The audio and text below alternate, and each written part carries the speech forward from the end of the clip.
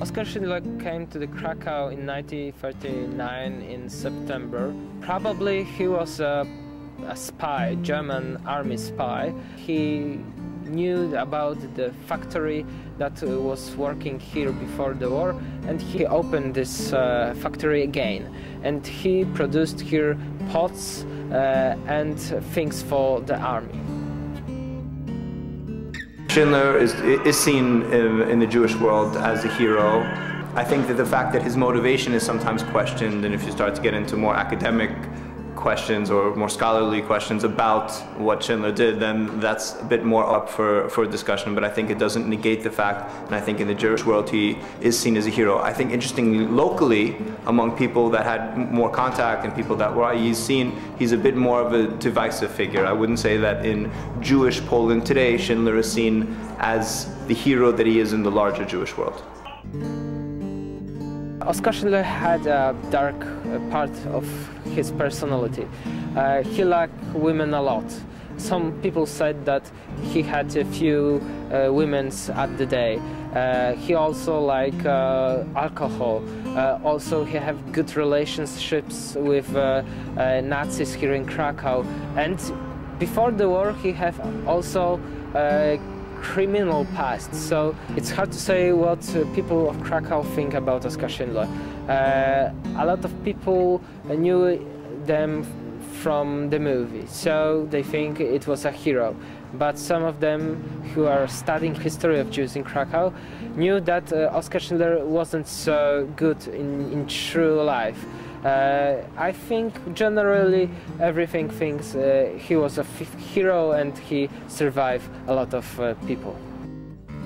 The danger might be that if you look at the Jews that were just saved by non-Jews or by Germans, and this maybe the story looks almost like that was a routine thing. And I think the thing to understand about Schindler is that there were lots of Germans who weren't necessarily Nazis, who weren't necessarily directly involved with killing Jews or the persecution of Jews, but who knew about it and who benefited. And my concern with teaching Schindler is that it changed the narrative to there were good Germans and bad Germans, and the bad ones did bad things and the good ones helped. Now there were, of course, good people in Germany that did help, but they were far too few and not very active. And I think that, in my personal opinion, the entire German nation is complicit in the Holocaust.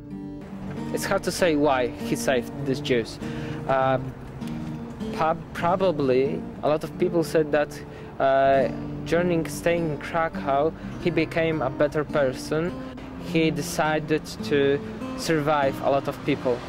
But also a lot of people telling that Oskar Schindler was only a marionette in hands of encounter of Isaac Stern, who told Oskar Schindler that it's possible to save Jews, and he just agreed, and the real savior is Isaac Stern.